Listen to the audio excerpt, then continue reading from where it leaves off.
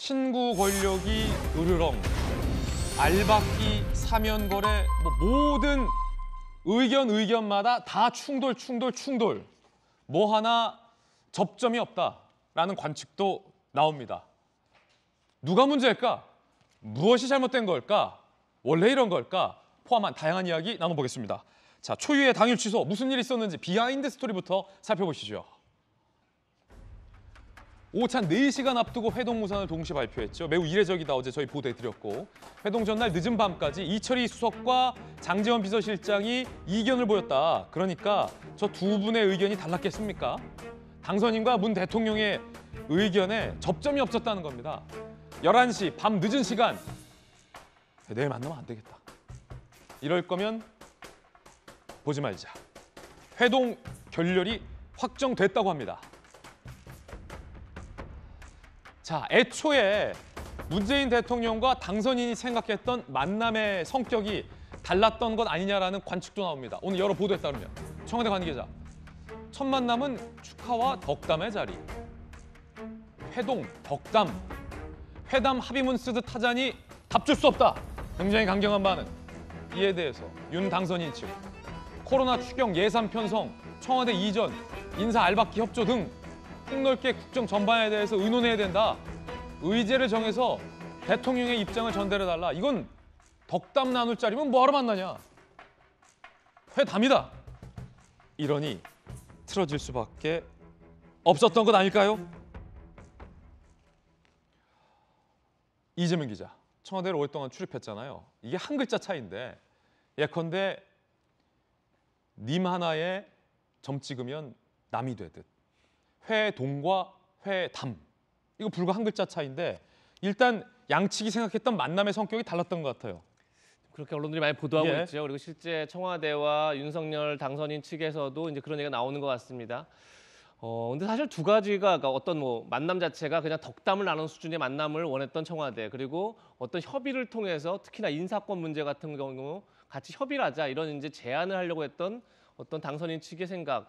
사실 두 가지가 어떻게 딱 무자르듯 두부 자르듯 분리될 수 있겠습니까? 당연히 만나면 덕담을 하고 당연히 당선인 측에서도 요청을 하는 거죠. 그러면 정권 이제 교체기에, 정권 이양기에 당연히 정권을 순조롭게 안정적으로 이양해야 할 책임 있는 청와대도 당연히 그 요구를 듣고 거기에 대해서 이제 화답을 하는 게 너무 당연한 어떻게 보면 의제는 있을 수밖에 없다는 거군요. 수순인 건데 그것을 만약에 진짜 청와대는 덕담만 하자라고 얘기했다면 그것도 굉장히 황당한 주문인 거죠. 반대로 또 이쪽에서는 우리의 요구를 무조건 들어줘야 한다고 요구했다면 만약 당선인 측에서도 그것도 문제가 있는 거지만 저는 어쨌든 어제도 얘기했지만 만나서 얘기하는 것 자체가 양쪽 모두가 지금의 시대 정치의 통합이라고 했을 때 협치라고 했을 때 너무나 중요한 게 일단 만남이 없는 협치와 만남이 없는 통합이 어떻게 존재하겠습니까? 그 만남 자체를 누가 거부했든 간에 그것을 부담스러워했다는 게 굉장히 양쪽에 큰 시각차를 드러낸 거기도 하고 양쪽이 좀 얼마나 오히려 본인들이 얘기했던 시대 정신과 거꾸로 가고 있는지를 보여주는 그런 모습이 아니었나 생각이 듭니다. 자, 지금 여야를 대표해서 두 분 나오셨기 때문에 한번 묻겠습니다. 먼저 청와대에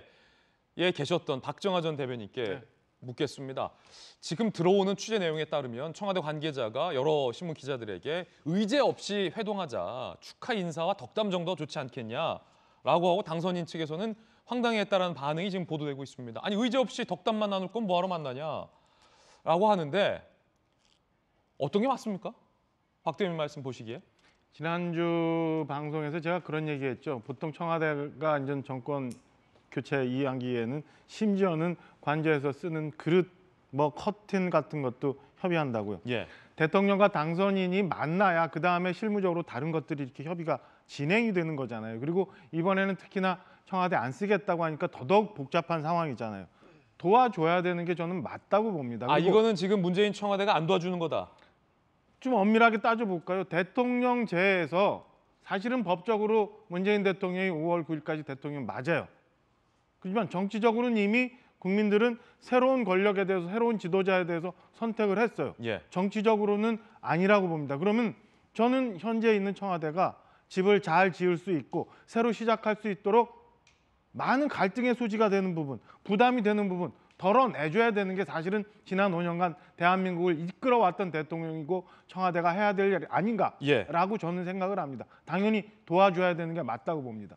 이거는 문재인 청와대가 안 도와주고 있는 거다라는 박정하 전 대변인의 주장 들어봤습니다. 자, 그럼 다른 의견도 들어보죠. 민주당의 전윤규 의원. 네, 도와주는 게 맞죠. 도와줘야 됩니다. 그리고 문재인 대통령 같은 경우에는 문재인 정부의 검찰총장이라고 얘기해가지고 예전에 막 사퇴 압박을 받았던 그때 당시 윤석열 검찰총장을 지키기까지 했던 그런 분이기 때문에 당연히 도와줘야 되는 건 맞습니다. 그러나 의제들이 난이도가 너무 높다라고 평가하는 게 저는 바르지 않을까 싶은데요. 아, 의제가 너무 무리했다. 그렇죠. 왜냐하면 지금 본인이 하기에는 어려운 난제들을 지금 문재인 정부에서 해내라라고 요구하는 그림이기 때문에 이 부분은 받아들일 수가 없는 부분이다. 그래서 예컨대 구체적으로 예, 어떤 뭐 거요? 덕담 이런 얘기 할 수도 있겠지만 예. 예컨대 청와대 이전 문제라든지 MB 사면 문제라든지 그러니까 본인들은 하고 싶은 의제들이 있어요. 예. 근데 이제 본인이 취임하고 나서 하면 될 문제들인데 이거를 지금 본인이 하기에는 정치적 부담이 크다고 보니까 이것을 당장에 문재인 정부에서 해놔라. 그리고 그런 정치적 부담은 본인이 지셔라라고 하니까 청와대에서 도와줘야 되는 거 충분히 알고 있습니다만 예. 무리하다라는 것이죠. 무리하다. 예. 오. 그렇기 때문에 지금 이 만남이 마치 본인들이 책임을 져야 되는 것처럼 그런 식으로 보이기 때문에 이 부분은 조금 무리한 요구를 했기 예. 때문에 결렬된 거 아닌가 예. 저는 그렇게 보고 있습니다. 자, 그럼 또 다시 반론 들어보겠습니다. MB 사면 등 본인이 하기에 부담스러우니까 무리한 요구를 문재인 정부에 하고 있는 것 아니냐라는 주장. 자, 반론 박정하 대변인. 글쎄 일반 국민들이 보실 때 이명박 전 대통령에 대한 사면에 대한 결정을 현직 대통령이 문재인 대통령이 결심했다고 해서 그게 문재인 대통령의 부담으로 갈까요?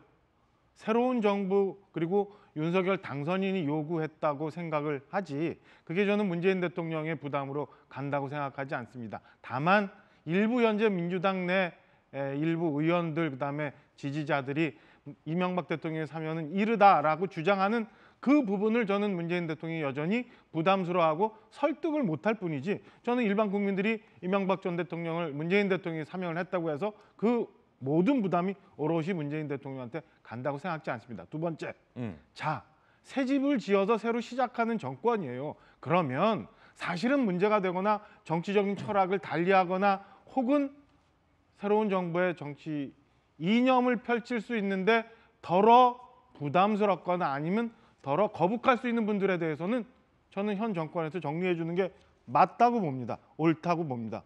그런 거 그리고 새로 임기가 시작되는 많은 중요 자리에 공석이 있거나 인사에 문제가 있다면 저는 당연히 당선인 측하고 협의를 해야 되는 게 아니면 그게 좀 부담스러우면 비워두는 게 저는 현 정부가 해야 되는 게 옳다고 봅니다. 그런 걸 가지고 인사권을 강행하려고 하고 문제가 되는 거를 그냥 진행하고 하려 한다는 거는 예. 저는 현 정부가 지금 지나치게 너무 인사권에 대한 법적인 해석을 하고 있는 것 아닌가. 향후 5년 동안 대한민국을 알겠습니다. 한국은행 총재, 감사원장, 예. 선관위원 같이 해야 되는 것 아닌가 싶습니다. 예, 오늘 뭐 양측이 하신 말씀이 많을 것 같아서 하나하나씩 좀 짚어보겠습니다.